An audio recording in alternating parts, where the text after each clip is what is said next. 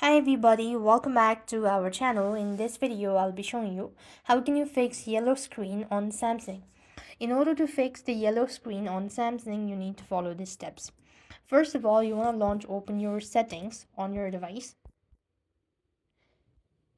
And as you go to settings, on this page, you want to locate display. So here it is. After you go to the display section, you want to make sure to come to this color and make sure to go ahead and tap on natural. Make sure not to tap on the adaptive ones. And the other thing you also want to do is click or toggle the button for eye comfort shield.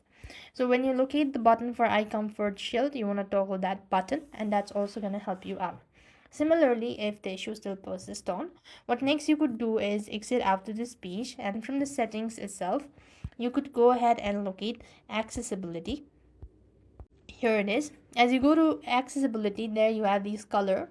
So you could go ahead and click on the color and vision enhancement. You could then go ahead and toggle the button for the color or vision enhancement that could be able to fix. Similarly, you could also go ahead and look for other options available, and that way you'll be able to fix. And lastly, you also want to make sure to restart your device, and that's going to completely help you out.